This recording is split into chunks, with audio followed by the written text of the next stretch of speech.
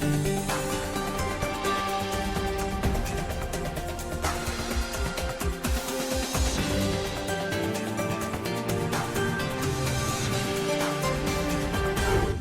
today's World Insight, a warning against unilateralism and a commitment to open global trade in China's President Xi Jinping's keynote at the Boao Forum for Asia. With that in mind, a one-on-one with the new World Trade Organization head on how to fix the broken world economy. This year we're forecasting an 8% growth in trade, falling to 4% in 2022. And Hong Kong coming into election season later this year after the improvement of the election law. Who will be eligible to be the candidate? How will Hong Kong climb out of the challenges of instability, pandemic, and embrace speedier economic recovery? Is Hong Kong still a good place to invest, to travel, to live and work? When the sea is calm, anyone can steer the helm. When it's getting stormy, it takes faith and skills to brave the tide and even surf it toward common prosperity. That's what I witnessed in Boao over the years. This year, I'm here again. And I'll bring you to both heated discussions and important interviews. In the process, get encouraged and inspired by the powerful minds gathered here and the resolve to make the right things happen. Hello and welcome to our special program on Boao Forum for Asia. I'm Tian Wei. Leaders from 60 countries and regions share their thoughts on a changing world at the opening ceremony of Boao Forum for Asia Tuesday. Chinese President Xi Jinping highlighted the need for better global governance and the future of the Belt and Road Initiative. As an important member of the Asian family, China has kept deepening reform and opening up while promoting regional cooperation, thus achieving progress and development in tandem with the rest of Asia and the world. Attempts to erect walls or decouple run counter to the law of economics and market principles. They would hurt others' interests without benefiting oneself. I have said on various occasions that the Belt and Road Initiative is a public road open to all, not a private path owned by one single party. All interested countries are welcome to take part and share its benefits. That's President Xi Jinping from China. Amid deep polarization and protectionism, how can the world keep a multilateral trading system? And with the worsening pandemic, big questions remain. Huge gaps in vaccine production and distribution are not helping. With the trickle of vaccines going to the most vulnerable nations, the imbalance is high on the agenda of the World Trade Organization. In a recent meeting, WTO Director General Ngozi Okonjo-Iweala made it clear the WTO wants to do its part amid the crisis. I had an inclusive interview with her during this year's Boao Forum, in which she shared climate action plans and how active WTO members such as China can do their parts against climate change in this global trade recovery. But most importantly, the WTO reform plan. Take a look. Madam Director General, what a pleasure to see you once again. Thank you so much. Thank you for giving us this opportunity to help us understand better about the situations and realities of trade at this time when they're still in the middle of the pandemic. In 2021, we're looking and we see a 5.3% contraction in trade, much better than we expected because of quicker recovery in some parts of the world, like China, in Asia, and so on. And this year, we're forecasting an 8% growth in trade, falling to 4% in 2022. So I think things are looking up, but all this is happening in a very uncertain environment, which very much depends on whether there's access to vaccines or not. So there are some downside risks to the projections to consider. If vaccine inequity continues and we don't get the rest of the world vaccinated, then we may not see the bounce back that we're expecting. Even now, there's a divergence. I think China and Asia is recovering much faster with regard to exports and imports than, say, Latin America and Africa. What is the cure for the unequal access to vaccines among various countries, especially developing countries? Without them having them, the vaccines situations are not likely to get better. Well, let me say this, that, I've said that vaccine policy is the best, access to vaccines is the best economic stimulus one can have. And vaccine policy is the same as growth and recovery policy. So we're basically saying that this is so important that we have to do all that is necessary to make vaccines available, especially to poor countries who are not having access.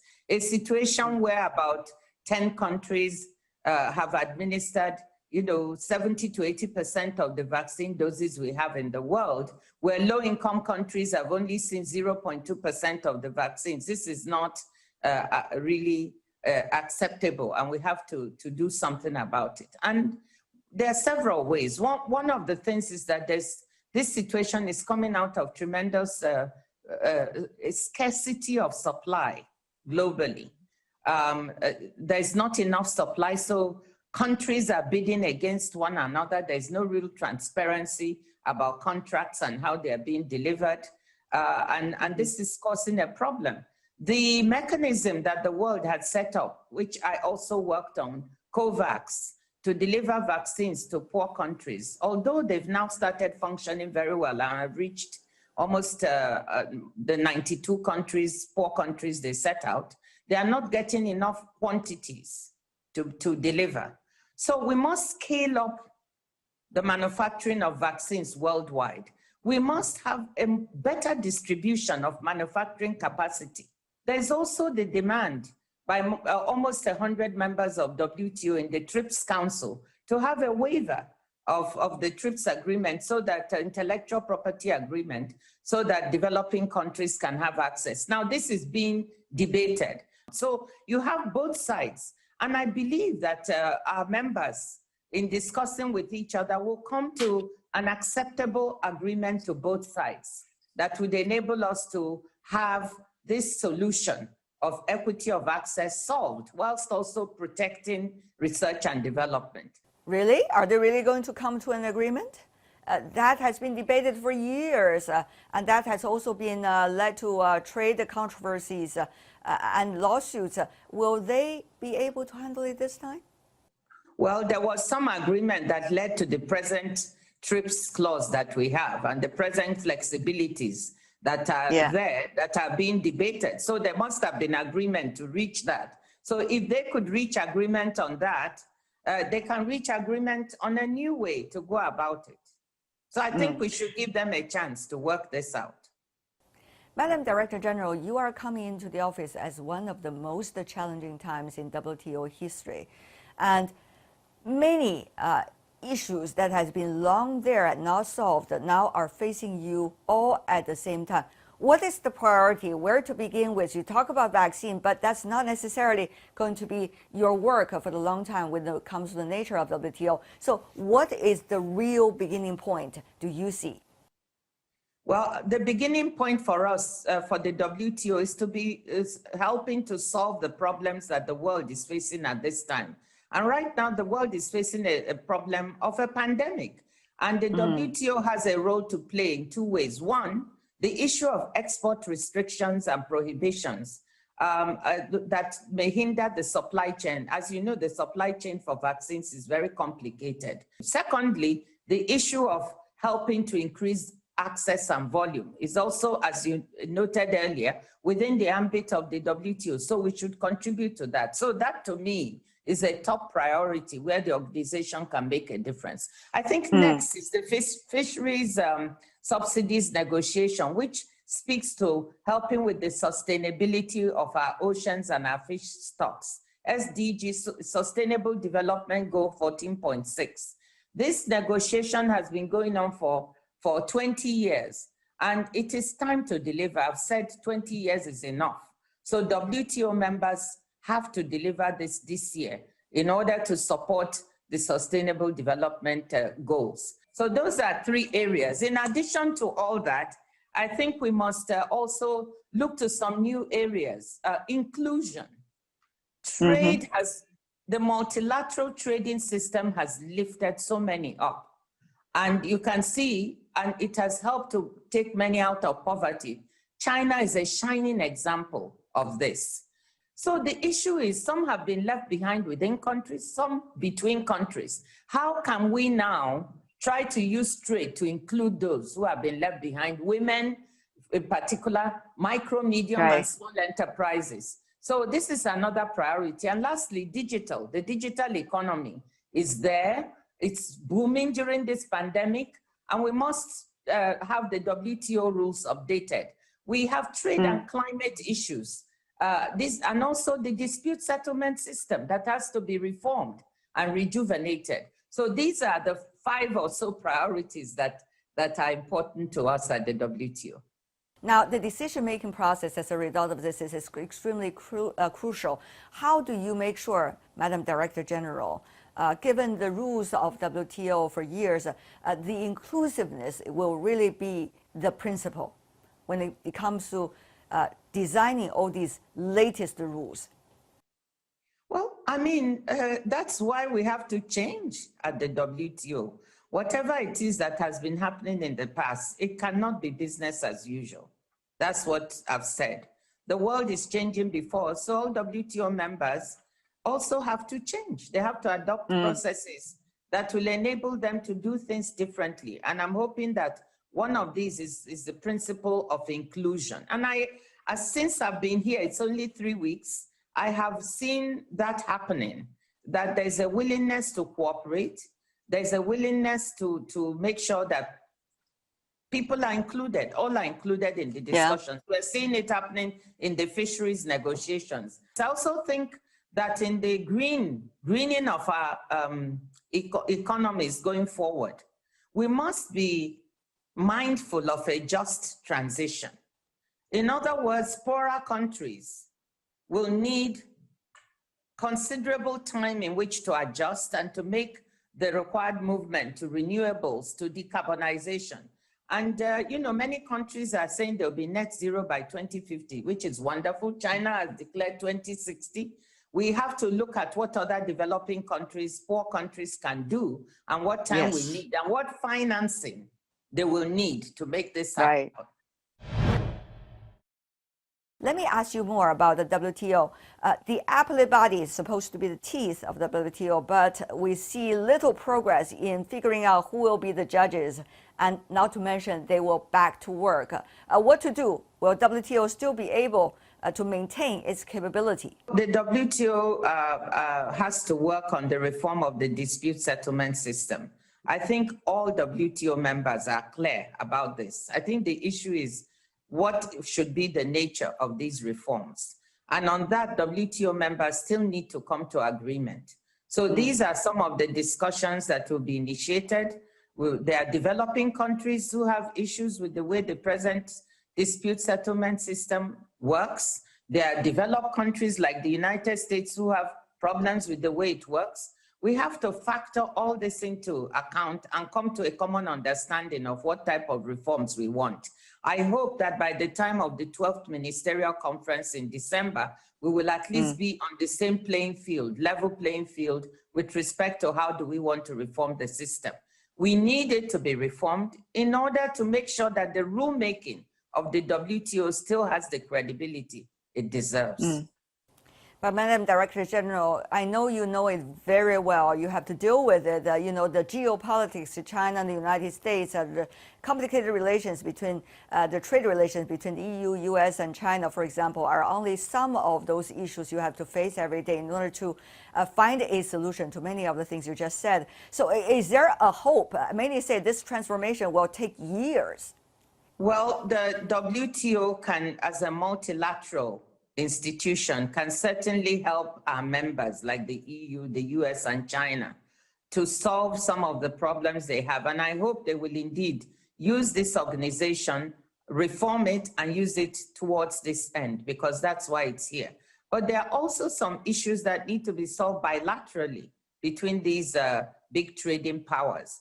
And there is an indication from the Biden administration and the EU, for instance, that they might be willing to sit together and try to find a negotiated solution or a mediation in the matters that have confronted them on the airline, the Airbus and Boeing dispute, for instance, that has gone on for many years. Similarly, I hope that China and the US can also find a way to settle some of their differences, bilaterally. But any remaining differences, the WTO is ready to be able to help members use it as a forum to arrive at some good solutions. Also, you are being elected into the Director General of the World Trade Organization. Many hope, as someone originally coming from a developing country, will make the developing country onto the map clearly. Of course, that's also the role of the Director General anyway. On that point, how do you think you'll be able to carry out that expectation? Well, as I'm elected as a WTO DG, I'm the WTO DG for all members. And my job is to support the membership to come to good agreements. I'm also from a developing country, and I've lived in a developed country for a long period of my life. So I bring the two perspectives together, and I hope that that can help us serve the entire membership. I've been able, for instance, to explain to some developed country members the perspectives of developing countries on some issues, and I think they've received this well. At the same time, I've been able to talk to some developing country members to explain the viewpoints of the developed. This is what is needed to bring trust. There's lack of trust among members at the WTO. Yes. We need to repair that. So by looking at the points of views of both sides, I think we can build trust and then be able to move the organization forward to make good decisions. Serving on one of the most important multilateral platforms of our world today, Madam Director General, what is your view about the updates that we need to do of global governance today? Well, I think that the pandemic has shown that global governance is very important and that interdependence is evident for everyone. Therefore, global solidarity is key, and the multilateralism is very important because we cannot solve some of the problems of the global commons like pandemics and climate change without multilateralism. So we need to strengthen multilateralism. We need strong global governance to coexist in a planet that has all these problems and all these uncertainties. Will there be updates? Well, I hope that the global governance system, yes, needs to be made fit for purpose. We have to look at our global institutions and see whether they are fit for purpose. That is why the WTO are making it a priority for us, not only to deliver results this year, but also to see the structure of the organization and the values and behaviors. We are going to take an independent look at that to see, are we fit for purpose? Do we need to be strengthened as an organization in order to keep delivering for the multilateral trading system? So we are part of global governance. Last question for you, Madam Director General. What about women leadership? We see one after another, including that of yours, coming onto the world stage. Will you be able to bring some different momentum into the decision-making process? What would that be? Well, it's good to see women leaders, and many of them, according to the information we have performed well during this pandemic. People often cite Erna Solberg of Norway, Jacinda Ardern, Angela Merkel, as to the way they've handled the pandemic throughout the course of it. And then we see women leaders. You've mentioned them, Kristalina at the IMF, Christine Lagarde at the European Central Bank, etc. So we are beginning to see women leaders take charge and run organizations. And I think women leaders should be judged on their performance. They were elected not because they were women, but because they are professionally, they know what they are doing. I think that's why they got the job.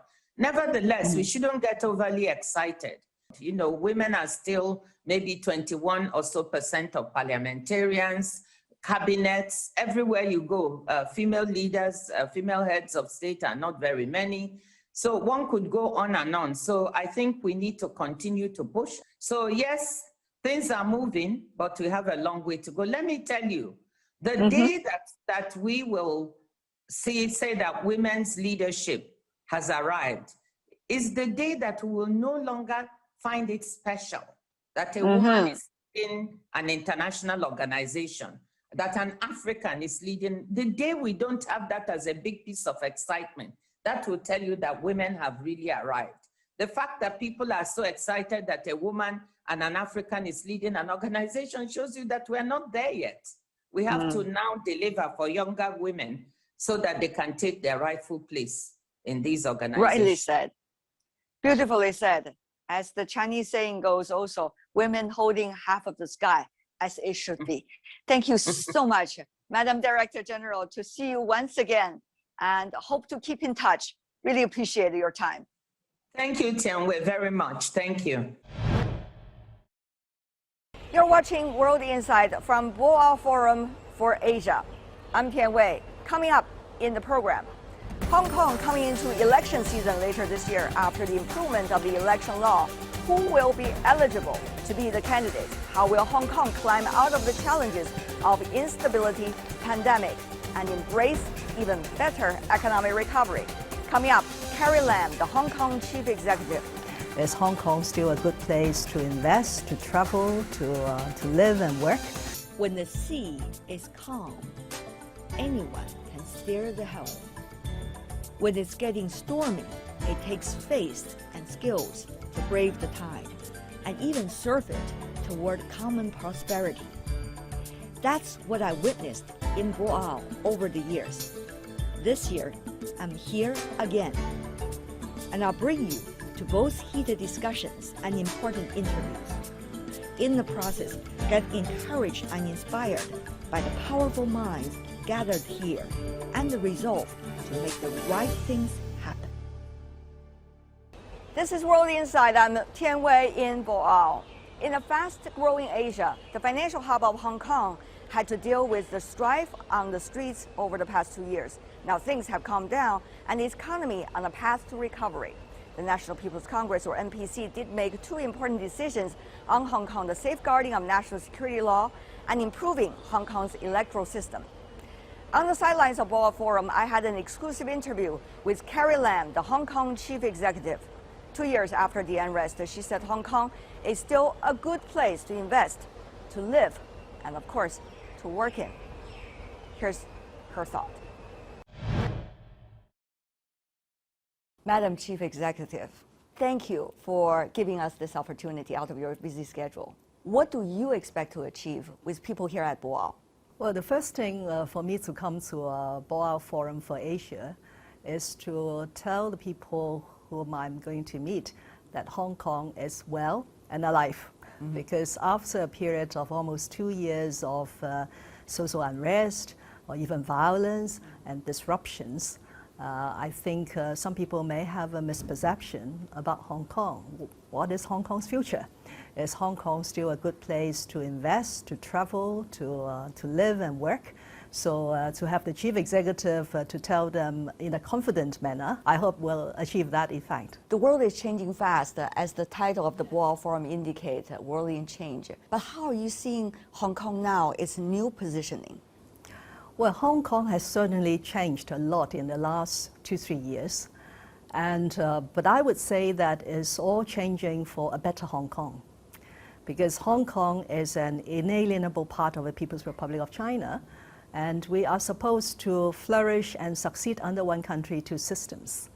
But unfortunately, for a very long period of time, there was an insufficient understanding of this very important and innovative concept of one country, 2 systems.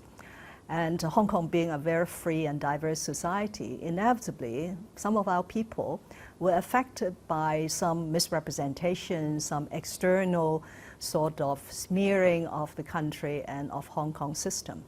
So after these 2 years, and with several very decisive actions taken by the central authorities, including 2 important decisions by the National People's Congress, I think we are now on the right track again. I remember talking to you back in March during China's 2 sessions political Yes. season, and you said what the new legislation and improvement of it will bring, time will tell. I remember that very well. So 2 months almost right now.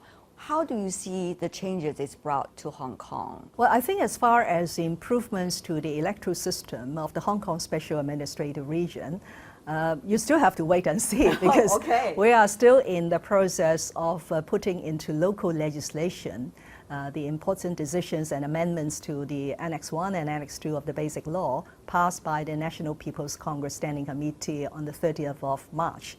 The 3 rounds of very important elections have yet to take place. So the first election will be the 1,500 members of the election committee, which will take place in September, then followed by the Legislative Council election, and then followed by the Chief Executive election next March. So whether the improved electoral system will return the suitable candidates who are patriotic, who have Hong Kong's overall interests at heart, we have to wait and see. But I'm pretty confident.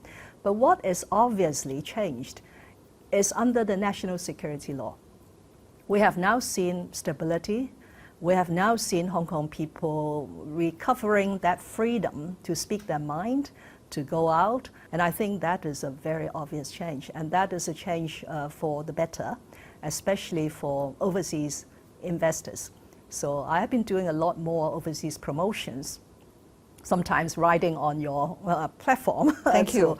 to speak to the overseas community that Hong Kong will continue to be a very good place for investment. Whether real candidates from different walks of life have different views, but patriotic, Yes. will be able to have their access to the elections. Madam Chief Executive, how is the role of the Hong Kong SAR government now in preparing for that to happen? Well, the Hong Kong SAR government is tasked to conduct elections in a fair, open, and honest manner. Strictly speaking, what type of candidates are to be returned by the election, whether they are more pro-government, a little bit anti-government, actually doesn't really bother us. But if the electoral system has deficiencies to the extent that people who are non-patriotic, people who are willing to subvert the government of Hong Kong and also the Central People's Government, then that system has to be corrected.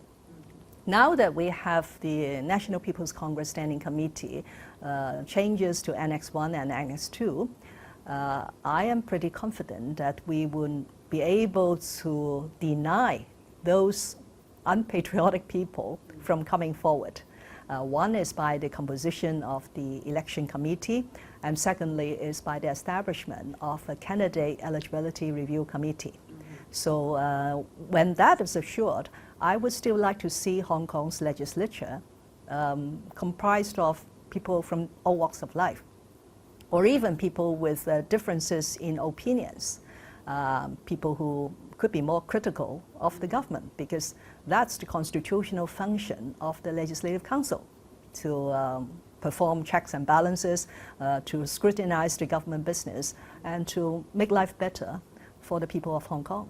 Madam Chief Executive, you have faced many controversies. However, you've been facing up to it. Right now, how do you see the different kinds of interpretation of what's happening in Hong Kong? I have to say that in almost 4 years as the Chief Executive of the Hong Kong Special Administrative Region, I now have a better understanding of the importance of Hong Kong to, of course, to our country, but also to some overseas governments. Because Hong Kong is so free, so diverse, and until June last year, we did not even have a national security law. So we have been made very vulnerable to the external forces that have an ulterior motive to disrupt China, to stop China from growing strong. It is very natural that now that we have all the safeguards in place, that we are able to keep them out from Hong Kong in terms of unduly influencing Hong Kong's internal affairs, then they will not give us a very good description. They even will resort to sanctions of myself Of yourself. and my senior officials But I think the world is there to see that their actions are totally unjustified, because this is in breach of international convention and international law. And time will tell that they have not done the right thing for themselves and also for Hong Kong. I love the catchphrase you said, time will tell. It will solve a lot of problems, isn't it? But on the other hand, the time is coming for the chief executive election, for example, coming March. Many wonder, how do you see yourself's role approaching the chief executive election? Well, the chief executive has a term of 5 years. There are some saying that towards the last 1/3, any government will enter what they call a lame duck administration. That is, you have very little you want to do because time is up. But I take an entirely different view, not because I'm the chief executive. In whatever position I held in the past 4 decades, I would work in the same manner and with the same vigor till the last moment. So now I still have 14, 15 months, and with all these improvements being put in place, I think we should do even more for Hong Kong and for the country. People have been asking me and want to get this answer from me whether I will contest in the coming election, and sorry, Tan Wei, I'm not going to give you that answer. Let's talk about the next 14 to 15 months. Congratulations. Now Hong Kong, there's more social interaction because the control and prevention are much better. But what about its economy? You know, the double down effect of both the instability earlier and now the pandemic. We have indeed paid a huge price for controlling the COVID-19 pandemic. Because of the border controls, we are one of the most stringent places on earth, putting people under 21 days quarantine, and also the internal social distancing measures. So I have announced about a week ago a new direction to go forward. Yes, we will continue to be very vigilant to prevent any importation of cases, but at the same time, we have to gradually and orderly allow things to go back to normal. I am pretty confident that once we could resume some degree of travel, things will go back pretty fast. Because the fundamentals are still there. If you look at what has happened to Hong Kong's financial industry in the last 2 years, it is life as normal. We are still the world's number 2 in terms of public funds raised through IPOs. We have record-breaking daily transactions in our stock market. And under the 14 five-year plan from the nation, they have given us even more support beyond the traditional areas of international financial center, commercial center, trade and logistics. Now, for the first time, Hong Kong's position has been elevated to this position of developing an international innovation and technology hub, and also be a place where the East and the West cultural exchanges will be focused, because we have the West Kowloon Cultural District and the Hong Kong Palace Museum coming. So I'm very optimistic and very confident that Hong Kong's economy will bounce back quite sharply. These 2 projects, one is on innovation, the other is about cultural diversity and bringing more culture to Hong Kong. You have always been very confident about that, these 2 new directions. You know, it's, to me as a journalist, it's easy to see leaders follow the earlier path, but it's not easy to open a new path. In a situation in Hong Kong, actually, Hong Kong has always been very proud of adapting to changes. From a fishing port to a manufacturing hub, and then to a professional services center and an international financial center. The next 15 years will be very important for Hong Kong, because now that we have restored the stability, we have a better electoral system, Hong Kong people will aspire for better governance, for more solutions to their problems, whether it's housing problem, employment problem. So which means that the Hong Kong SAR government has to double her efforts in responding to people's aspirations. And I think, apart from financial services, which after all, in terms of job market, is only about 200,000. But there are a lot of other sectors that we could develop to provide diversified opportunities for the people, especially the young people.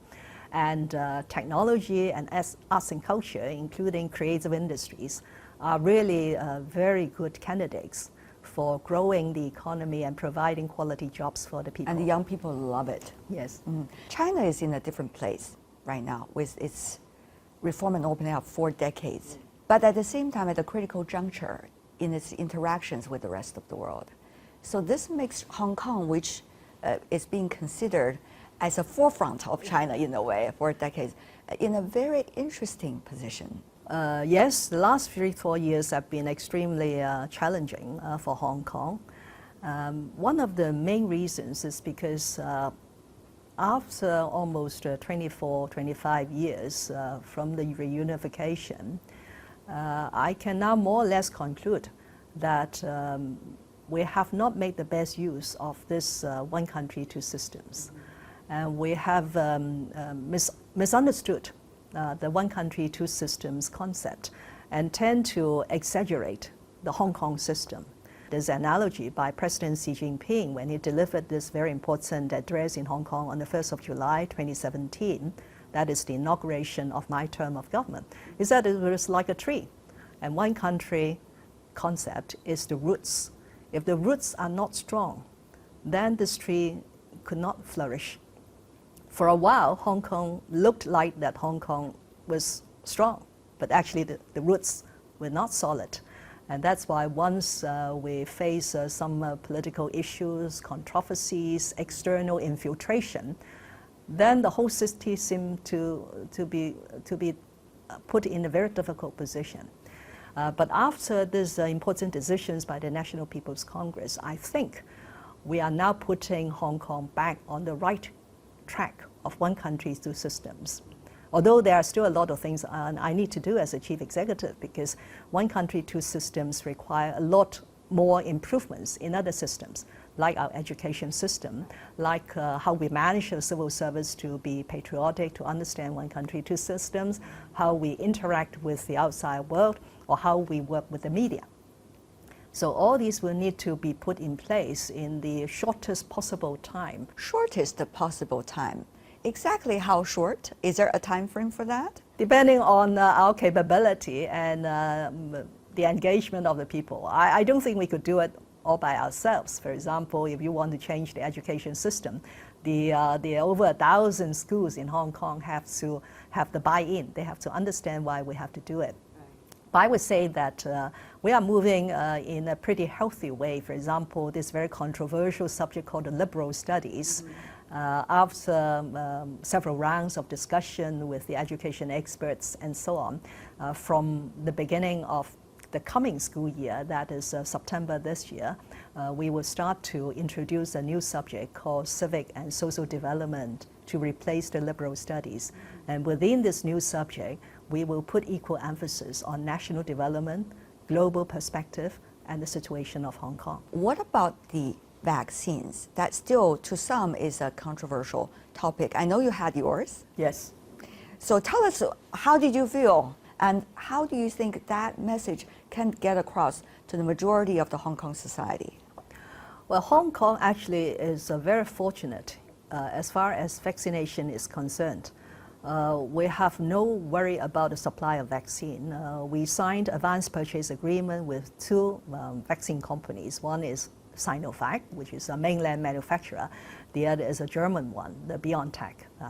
I talked to Sinovac not because it is a mainland vaccine, because I knew very well that people will be looking for what the chief executive, what jab she would take, and try to politicize this thing. So I made a public statement well before the first dose of vaccine arrived that whichever vaccine arrived first and authorized by the Hong Kong system for emergency use, the chief executive would take that vaccine. And You'll test the water for everybody. Sinovac happens to be the first to arrive after authorization for emergency use in Hong Kong.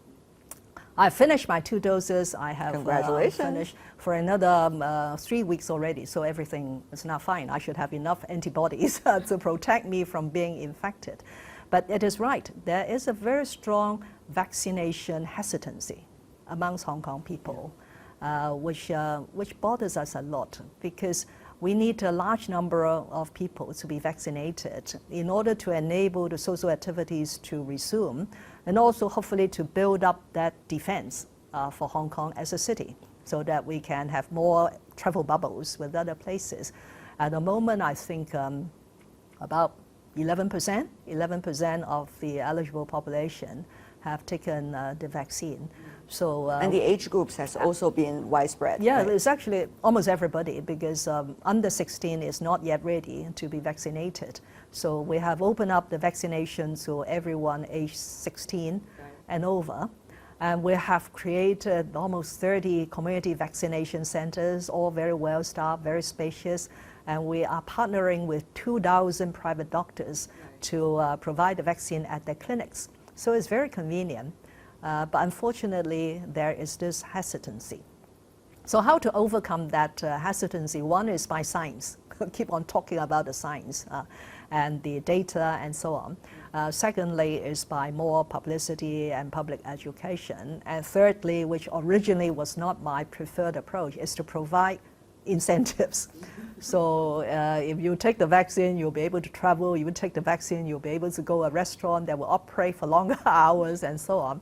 I have to say that my personal preference is not to go down the incentive route.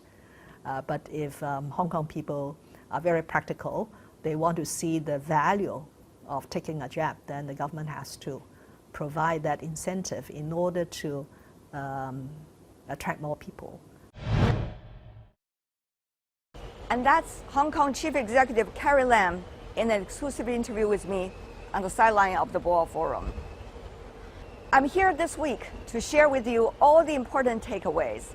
On behalf of the team in Boao and in Beijing, thanks for watching today, and I'll see you tomorrow.